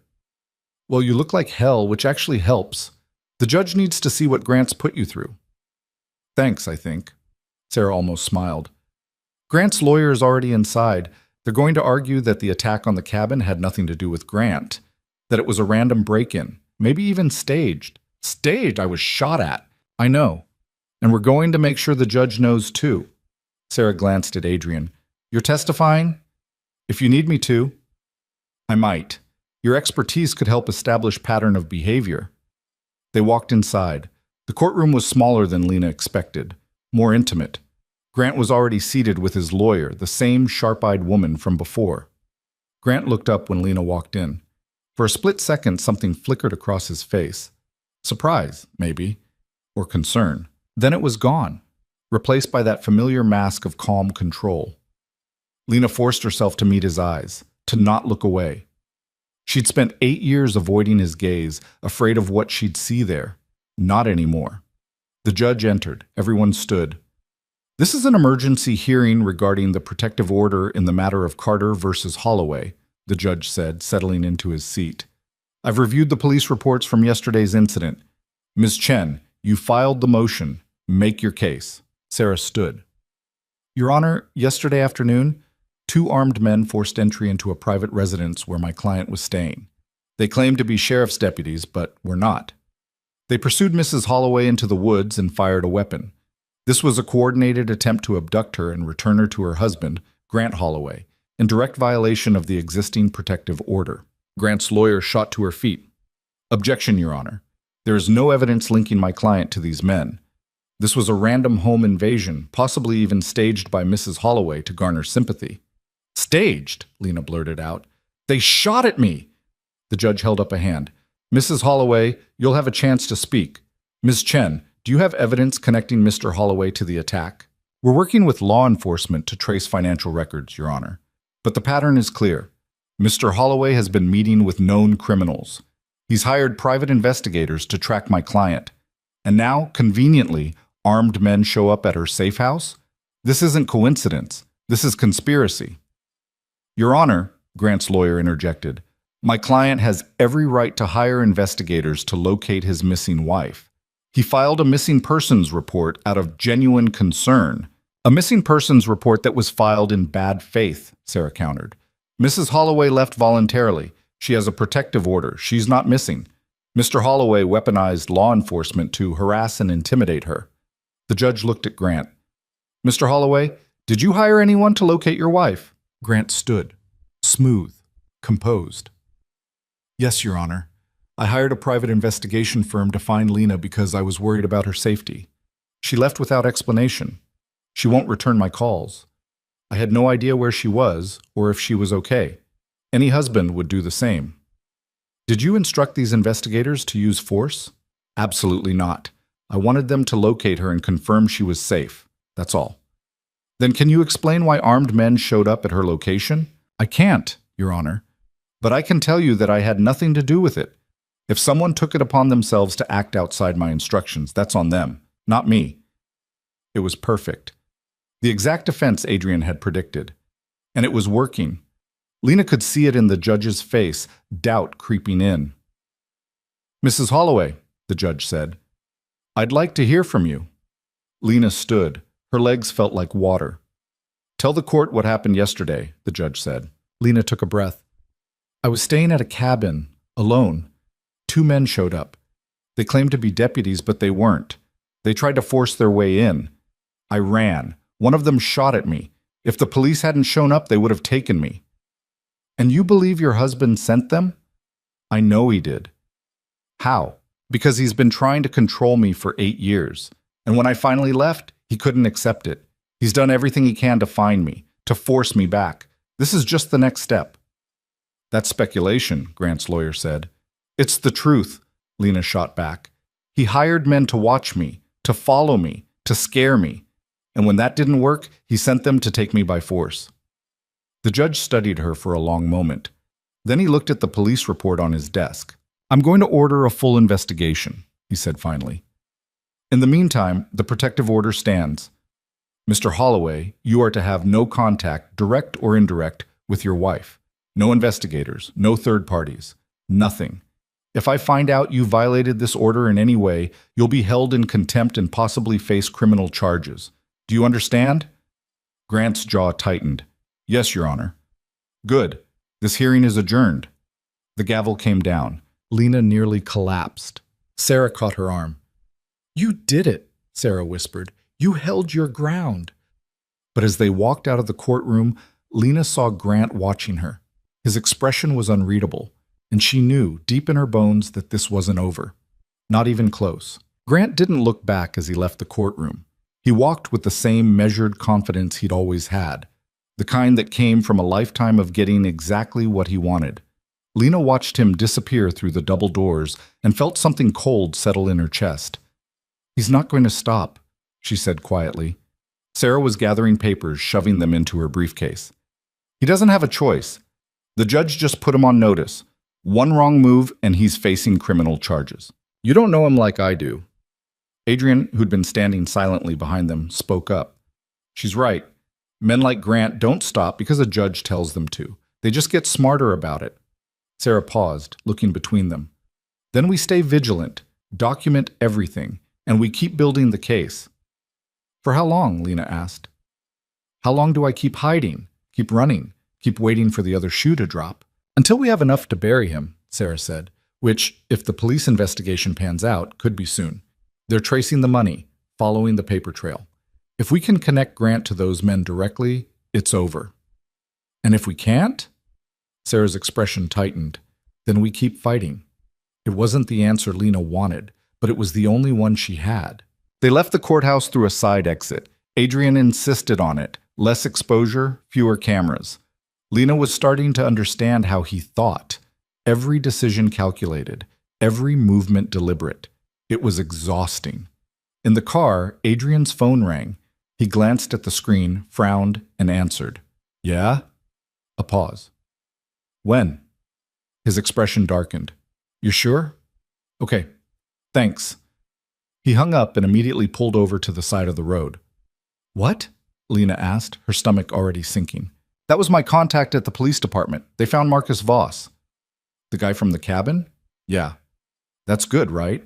They can make him talk, connect him to Grant. Adrian turned to look at her.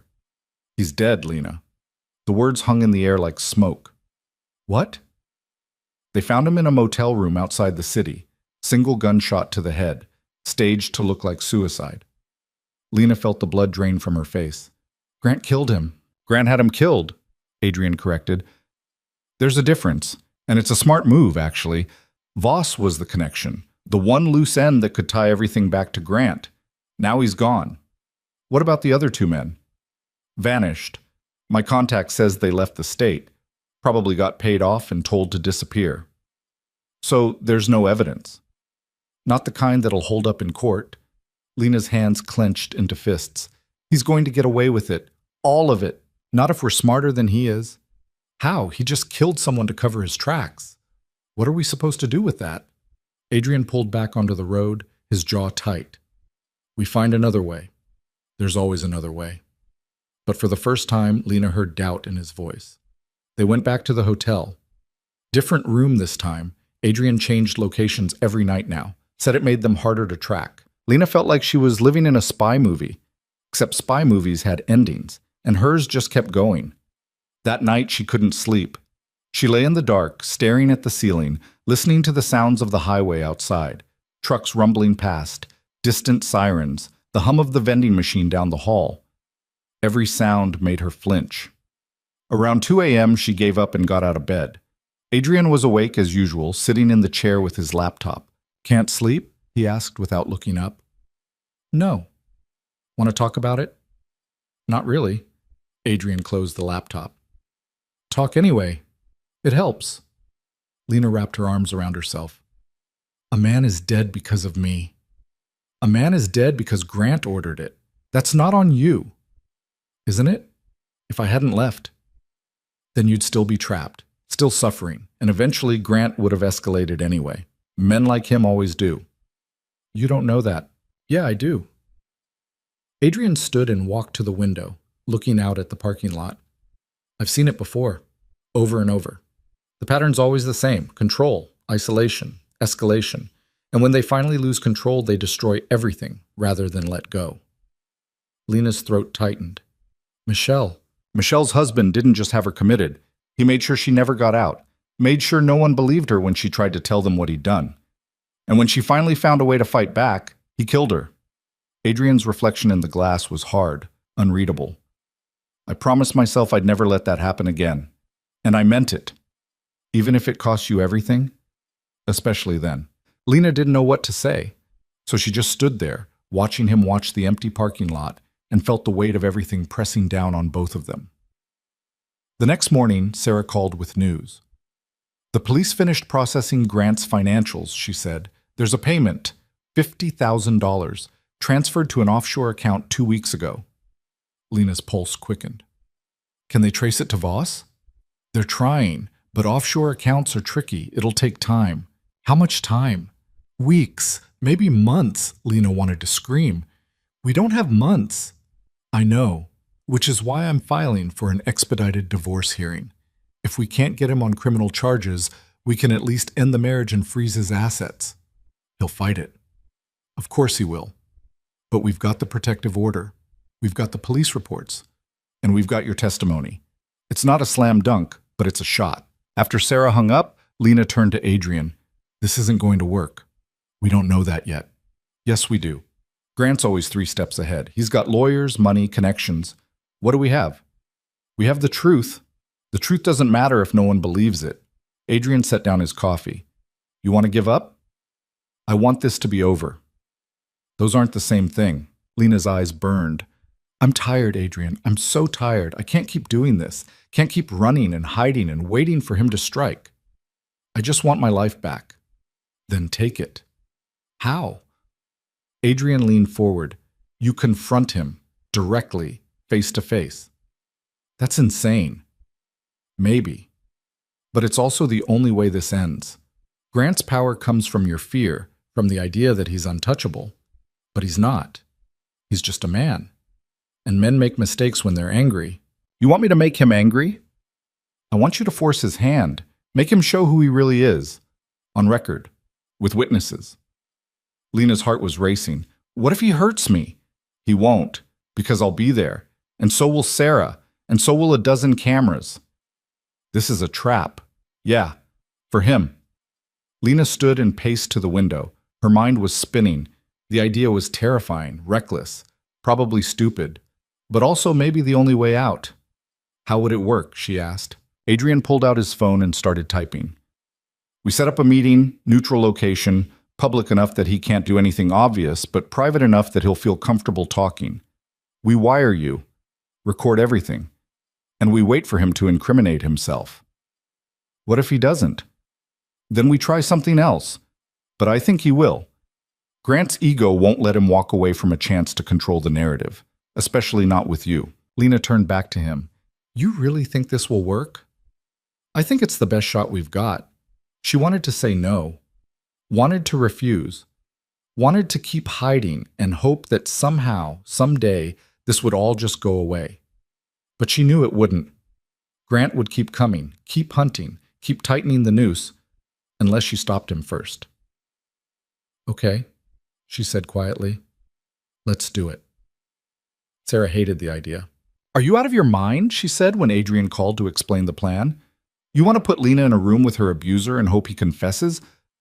That's not a legal strategy. That's a Hail Mary. We're out of options, Adrian said. The police investigation stalled. The offshore account's a dead end. We need something concrete, something undeniable. And if it goes wrong? If he threatens her, hurts her? He won't. I'll be there. You're not law enforcement, Adrian. You can't just... I can, and I will. Adrian's voice was firm. Either you're with us or you're not. But we're doing this. Sarah was quiet for a long moment. Then, finally, if we do this, we do it right. Proper recording equipment, backup in place. And the second things go sideways, we pull her out. Agreed? Agreed. And Lena's on board with this? Adrian glanced at Lena, who nodded. Yeah, he said, she is. They set the meeting for 3 days later, long enough to prepare, short enough that Grant wouldn't have time to plan a countermove. Adrian sent the message through a secure email account using language designed to appeal to Grant's ego. I want to talk. Just you and me. No lawyers. No games. There are things that need to be said. Meet me at the Riverside Cafe. Thursday, 2 p.m. Come alone. Grant's response came an hour later. I'll be there. Those 3 words felt like a death sentence. The days leading up to the meeting were a blur. Sarah coached Lena on what to say, what not to say, how to stay calm. Adrian set up the equipment, a tiny microphone clipped inside Lena's collar, a camera disguised as a button. Just get him talking, Sarah said during their final prep session. Ask about the cabin, the investigators, the money. If he admits to anything, anything at all, we've got him. And if he doesn't, then we walk away and regroup. But Lena knew there wouldn't be a regrouping. This was it, the last play. The night before the meeting, Lena barely slept. She kept running through scenarios in her head.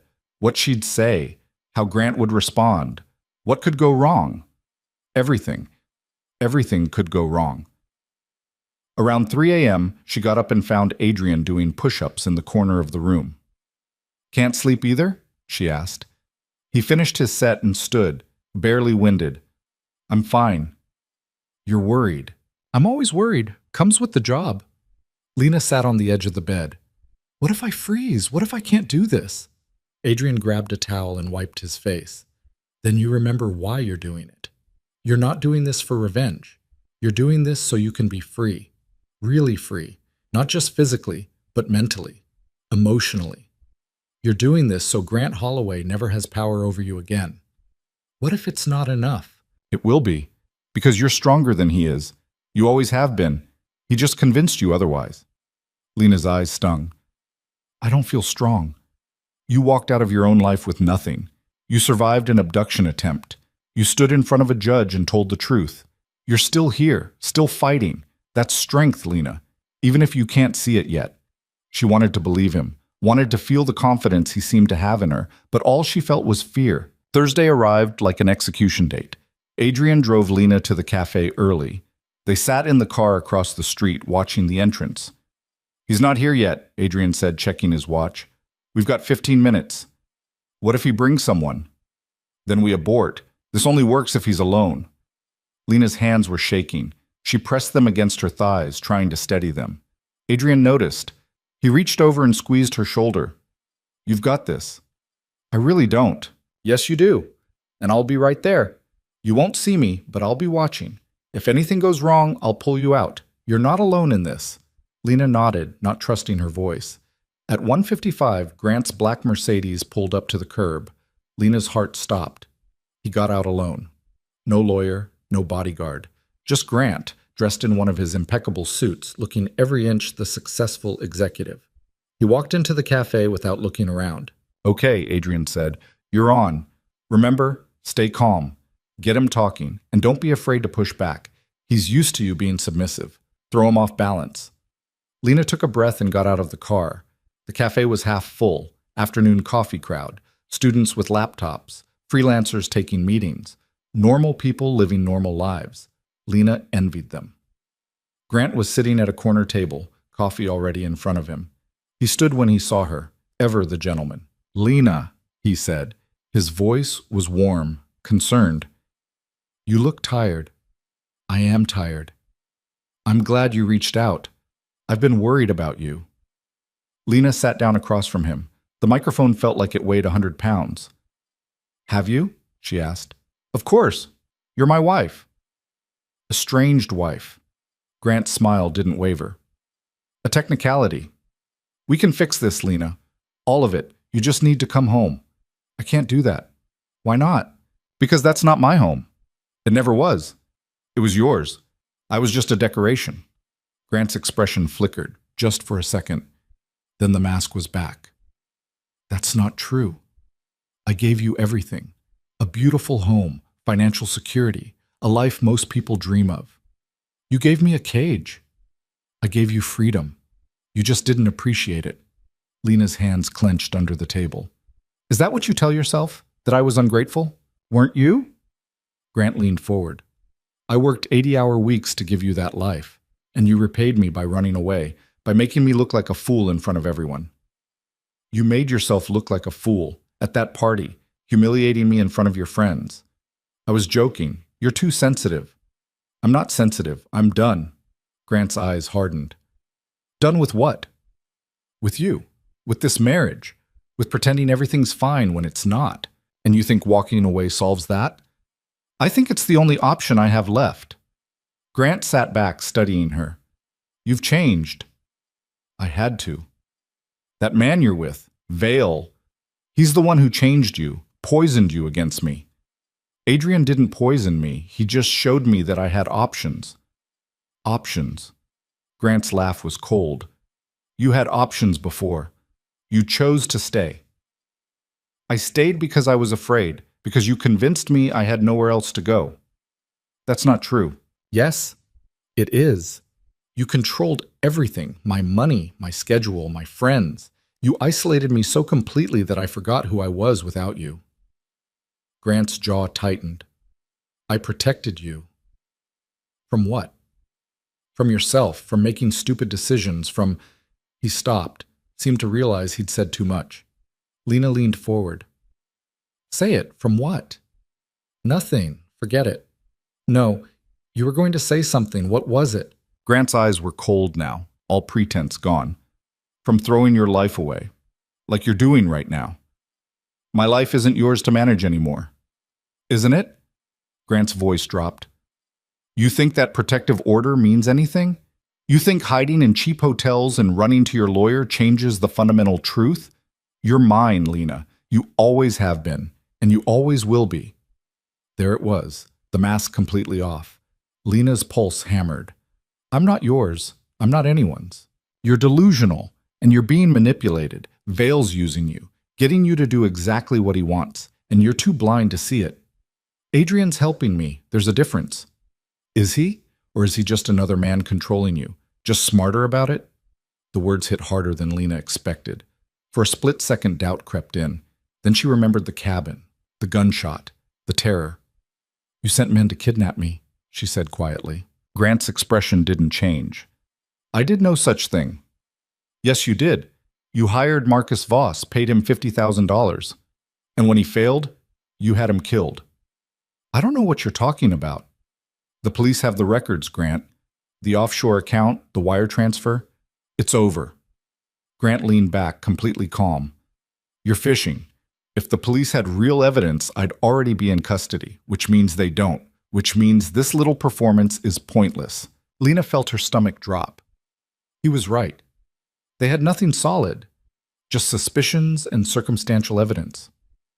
"Why are you doing this?" she asked, voice breaking. "Why can't you just let me go?" "Because I love you." The words were so calm, so matter-of-fact, and so completely hollow. "You don't love me," Lena said. "You love controlling me." "There's a difference." "You're wrong. Am I?"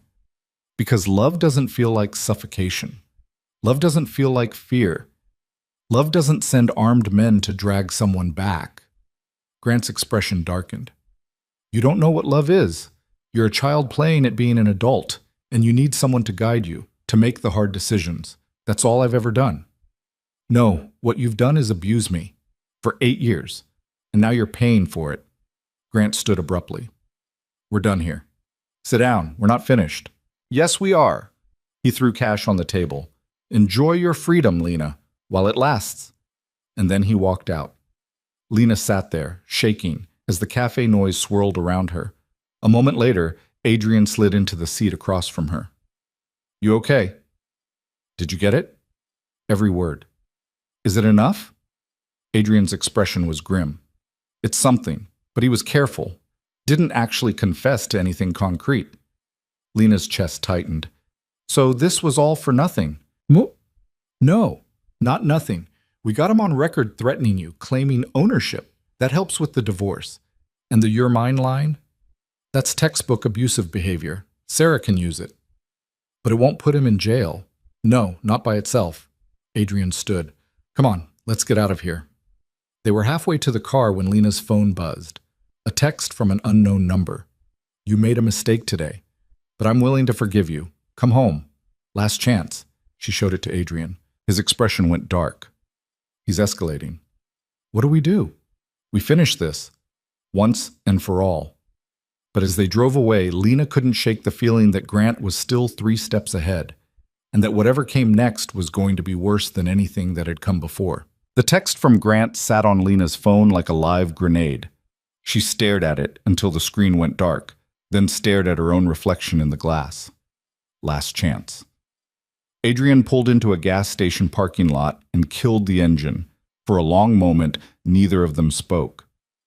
"He's not going to stop," Lena said finally. "Is he?" "No." "So what do we do?" Adrian turned to face her. "We go on offense. Stop reacting to him and start forcing him to react to us." "How?" "We find the one thing he cares about more than controlling you." Adrian pulled out his phone and started typing. His reputation, his business, his standing in the community. Men like Grant can handle being hated in private. But public humiliation? That destroys them. We already tried that. The meeting didn't give us anything we can use. The meeting gave us enough to file a motion, but that's not what I'm talking about. Adrian looked at her. "I'm talking about going nuclear. Every piece of evidence we have, every abusive text, every witness statement, every financial record showing how he controlled you. We take it all and we make it public." Lena's stomach twisted. "You mean like a press conference?" "I mean like handing everything to a reporter who specializes in exposing powerful men. Let them do the work.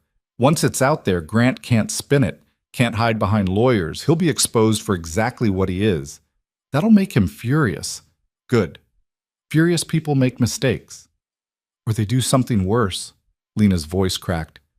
"What if he comes after me? Really comes after me this time? Then we'll be ready."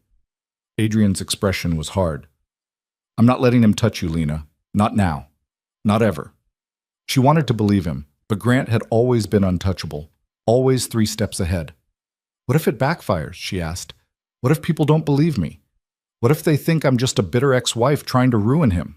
Some will, but some won't. And the ones who don't will start asking questions, looking closer. And once people start looking at Grant Holloway's life, they'll find cracks. They always do. Lena closed her eyes. The thought of going public with everything, of standing in front of cameras and telling the world what Grant had done, made her want to disappear entirely. But maybe that was the point. She'd been disappearing for 8 years. Maybe it was time to be seen. "Okay," she whispered. "Do it." Sarah made the connection. She knew a journalist at the Chicago Tribune who'd built her career on investigative pieces about abuse and corruption. Her name was Rachel Kimura, and according to Sarah, she didn't pull punches. They met at Rachel's office 2 days later. It was small, cluttered with files and coffee cups, the kind of organized chaos that came from someone who worked too hard and cared too much. Rachel was in her 40s, sharp-eyed, dressed in jeans and a blazer that had seen better days. She shook Lena's hand with a grip that felt like a promise. "Sarah filled me in on the basics," Rachel said, gesturing for them to sit. "Controlling husband, 8-year marriage, protective order, attempted abduction, and now you want to go public." "I want people to know the truth," Lena said. "Why now?" "Because he's not going to stop. And I can't keep running." Rachel studied her. "You understand what this means? Once this story's out there, you can't take it back. Your life becomes public property. People will pick apart every detail. Some will support you. Some will call you a liar. It gets ugly." "My life's already ugly." "Fair enough." Rachel pulled out a recorder and set it on the desk between them. "Then let's start from the beginning. How did you meet Grant Holloway?" For the next 3 hours, Lena told her story. All of it. The whirlwind courtship, the slow erosion of her independence, the financial control, the isolation, the humiliation at parties, the night she walked out, the cabin, the gunshot, the meeting at the cafe. Rachel took notes, asked questions, never interrupted with judgment or sympathy. Just listened. When Lena finished, her throat was raw and her hands were shaking. Rachel turned off the recorder. "I'm going to need documentation, bank statements showing the financial control, texts and emails showing the manipulation, witness statements from anyone who saw the abuse." "I have most of that," Sarah said, pulling a folder from her bag. "And I can get affidavits from the police who responded to the cabin incident." "Good. I'll also need to reach out to Grant for comment. Standard journalism ethics." Lena's pulse spiked. "He'll know I talked to you. He'll figure it out anyway once the story runs. Better to give him a chance to respond. Makes it harder for him to claim bias later." "What if he threatens you?" Rachel smiled grimly. "Wouldn't be the first time. I've dealt with worse than Grant Holloway." Somehow, Lena believed her. The article was scheduled to run in 5 days. Rachel said she needed time to verify everything, cross-check sources, build an airtight case. "Grant's got money and lawyers," she explained. "If there's even a hint that this story's inaccurate, he'll bury me in lawsuits. So I need to make sure every word is bulletproof." Those 5 days felt like an eternity. Lena stayed in yet another hotel, watching the clock, waiting for the explosion. Adrian kept watch, always watching, always ready. On the 3rd day, Grant's lawyer called Sarah. "He wants to settle," Sarah said when she relayed the conversation to Lena. "Full divorce, division of assets. He'll agree to everything if you sign a non-disclosure agreement." "An NDA? Yeah, you walk away with half of everything. But you can never talk about the marriage, never give interviews, never tell your story." Lena felt something hot and sharp twist in her chest. "He knows about the article." "Probably. Someone must have tipped him off that you talked to a reporter. So this is him trying to buy my silence." "Essentially, yes." Lena looked at Adrian, who was sitting across from her, arms crossed, expression unreadable. "What do you think?" she asked him. "I think it depends on what you want. If you take the deal, you get financial security and closure, but Grant gets to keep his reputation, keep his power, and the next woman he marries will have no idea what she's walking into. And if I don't take it, then the article runs. Grant's life gets harder, but so does yours. You'll be under a microscope. People will judge you, question you. It won't be easy." Lena turned back to Sarah. "How much time do I have to decide?" "He wants an answer by tomorrow." "Tell him no." Sarah raised an eyebrow. "You sure?" "Yeah, I'm done being silent. I'm done protecting him." Sarah nodded slowly. "Okay, I'll let him know. After she hung up, Adrian leaned forward. You know he's going to retaliate, right? I know. And you're okay with that? Lena took a breath. No, I'm terrified. But I'm more terrified of spending the rest of my life looking over my shoulder, wondering when he's going to come back. At least this way, it ends. It might not end the way you want. Maybe not. But at least it'll end on my terms. Adrian studied her for a long moment. Then something shifted in his expression. Something that looked almost like pride. Okay, he said. Then we see this through. The next day, Grant showed up at Sarah's office. He didn't make an appointment, didn't call ahead, just walked in like he owned the place and demanded to see Lena. Sarah called immediately. He's here, at my office, asking for you. What do I do? Nothing. Stay where you are. I'll handle him. But Lena was tired of hiding, tired of letting other people fight her battles. No, she said. I'm coming. Lena, I need to face him one last time. Adrian drove her to Sarah's office. He tried to talk her out of it the entire way. This is exactly what he wants, Adrian said. A confrontation, a chance to manipulate you. Then he's going to be disappointed. Lena, I'm doing this, Adrian, with or without your approval. He went quiet after that, but when they pulled up to Sarah's building, he got out with her. I'm coming inside, he said. I know. Grant was in Sarah's waiting room, sitting with the kind of casual arrogance that made Lena's skin crawl. He stood when she walked in. Lena, finally. What are you doing here, Grant? I came to talk, one last time, before you make a decision you'll regret. I already made my decision. Grant's expression darkened. You're really going to let that reporter destroy me, destroy us? There is no us. There hasn't been for a long time. That's not true. Grant took a step closer. Adrian moved between them immediately. Grant glanced at him with disdain. Still hiding behind your guard dog? Still proving why I need one, Lena shot back. Grant's jaw tightened. I came here to offer you a deal. A good deal. You walk away with everything you could possibly need. Financial security for life. All I'm asking is that you stay quiet. And let you do this to someone else? There is no someone else. There's only you. There's only ever been you. Stop. Just stop. Lena's voice cracked. I'm not doing this anymore. I'm not letting you twist everything into some romantic tragedy where you're the victim. You abused me. For 8 years, you controlled every aspect of my life. And when I finally found the courage to leave, you tried to have me kidnapped. You don't get to rewrite that story. Grant's expression went cold. You think you're brave? You think standing here, playing the victim, makes you strong? I think surviving you makes me strong. You didn't survive me. You ran, like a coward. Yeah, I did, because staying would have killed me. The words hung in the air. Grant stared at her like she'd slapped him. Then slowly, his expression shifted. The mask cracked, and underneath was something ugly and raw. You're making a mistake, he said quietly. You think you're free? You're not. You'll never be free of me.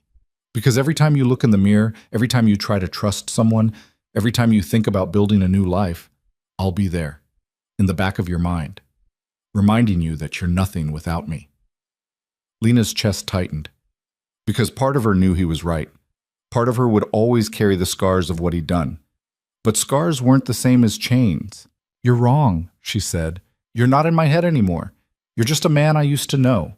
And pretty soon you'll be a man everyone knows, for exactly what you are. Grant's face twisted. For a second, Lena thought he might lunge at her. Then he turned and walked out. The door slammed behind him. Lena's legs gave out. She sank into a chair, shaking. Sarah knelt beside her. You okay? Yeah, I think so. Adrian was still standing by the door, watching the street. He's getting in his car. Good. Let him go. But as Grant's Mercedes pulled away, Lena saw his face through the window, cold, calculating, already planning his next move. This wasn't over, not yet. The article ran 3 days later. The headline was simple, devastating. The man behind the empire, how Grant Holloway built a fortune while destroying his wife. Rachel had done her job. Every detail was there. Every text, every witness statement, every financial record showing how Grant had isolated and controlled Lena for nearly a decade. The response was immediate. Social media exploded. People who knew Grant started coming forward with their own stories. Employees who'd been fired for speaking up, business partners who'd been manipulated, women who'd dated him before Lena and recognized the pattern. Grant's company put out a statement denying everything, called it a hit piece, threatened legal action, but the damage was done. By the end of the week, Grant was under investigation, not just for the attempted kidnapping, but for financial fraud, tax evasion, everything the article had unearthed. His empire started to crumble.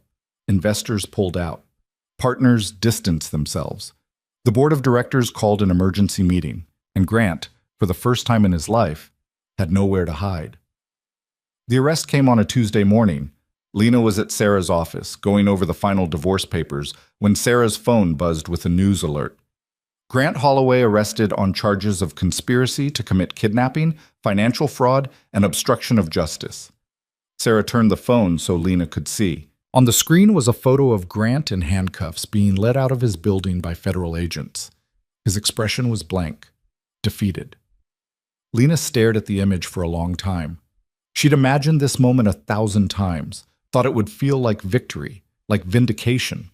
Instead, she just felt tired. "It's over," Sarah said quietly. "Is it?" "Yeah.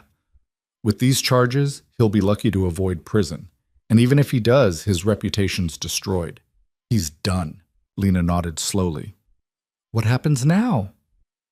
"Now we finalize the divorce, get you a settlement, and you start rebuilding your life." Rebuilding. The word felt impossibly heavy. How did you rebuild when everything had been torn down? When you'd spent so long being someone's possession that you didn't know how to be your own person? "I don't know how to do that," Lena admitted. "Neither did I," Sarah said, "but you figure it out, one day at a time." The divorce was finalized 6 weeks later. Grant didn't contest it, didn't show up to court. His lawyers handled everything remotely while he sat in a jail cell, waiting for his trial. The settlement was more than Lena expected, enough to start over, to build something new. She signed the papers in silence, feeling nothing. It should have felt like freedom, like the end of a nightmare. Instead, it just felt like the end. Adrian was waiting outside the courthouse when she came out. "How do you feel?" he asked. "Empty? That's normal." "Is it?" "Yeah, you've been fighting for so long, your body doesn't know what to do without the adrenaline." Lena looked up at the sky. It was a clear day, cold but bright, the kind of day that felt like possibility. "What do I do now?" she asked. Adrian shrugged. "Whatever you want. That's the whole point." But after 8 years of being told what to want, Lena didn't know where to start. She spent the next few months in a kind of fog. She got an apartment, small, affordable, hers, bought furniture, tried to build a routine, but everything felt strange, unmoored, like she was playing at being a person instead of actually being one. Adrian checked in regularly, made sure she was okay, never pushed, never asked for anything, just was there. "You don't have to keep doing this," Lena said one evening when he stopped by with takeout. "Doing what?" "Taking care of me." "I'm fine. You've done enough." Adrian set down the food and looked at her. "Is that what you think I'm doing? Taking care of you?" "Isn't it?" "No, I'm just being your friend. You're allowed to have those now, you know." The word landed hard. Friend. She hadn't had one of those in so long, she'd forgotten what it felt like. "I don't know how to be a friend," she admitted. "I don't know how to be anything except what Grant made me." "Then figure it out. You've got time now." "Do I? Because I still feel like I'm waiting for something terrible to happen, like this is all temporary, and any second, it's going to collapse." Adrian leaned forward. "It's not temporary, and it's not going to collapse. Grant's in prison. The divorce is final. You're free, Lena, for real this time." She wanted to believe him, but freedom felt like a word in a foreign language. She could say it, but she didn't understand what it meant. The breakthrough came 6 months later. Lena was at a coffee shop reading when a woman approached her table. "Excuse me, are you Lena Carter?" Lena's stomach dropped. She'd gotten recognized a few times since the article ran. Usually people were kind. Sometimes they weren't. "Yeah," she said carefully. "I just wanted to thank you," the woman said, "for speaking up. My ex-husband, he was a lot like yours. Controlled everything. Made me think I was crazy. I stayed for 12 years because I thought I had no way out, but your story made me realize I could leave, so I did. 2 months ago, I filed for divorce. Lena's throat tightened. How are you doing? Terrified, but also hopeful. For the first time in a decade, the woman's eyes were bright. So thank you. You probably saved my life. She walked away before Lena could respond. Lena sat there staring at her coffee, feeling something shift inside her chest. She'd spent so long thinking her story was just pain, just shame, just something to survive and move past. But maybe it was more than that. Maybe it was proof. Proof that leaving was possible, that surviving was possible, that the other side existed, even when you couldn't see it. That night, she called Adrian. I think I'm ready, she said. Ready for what? To actually live. There was a pause, then Adrian's voice, warm and steady. Good. It's about time. Lena started small.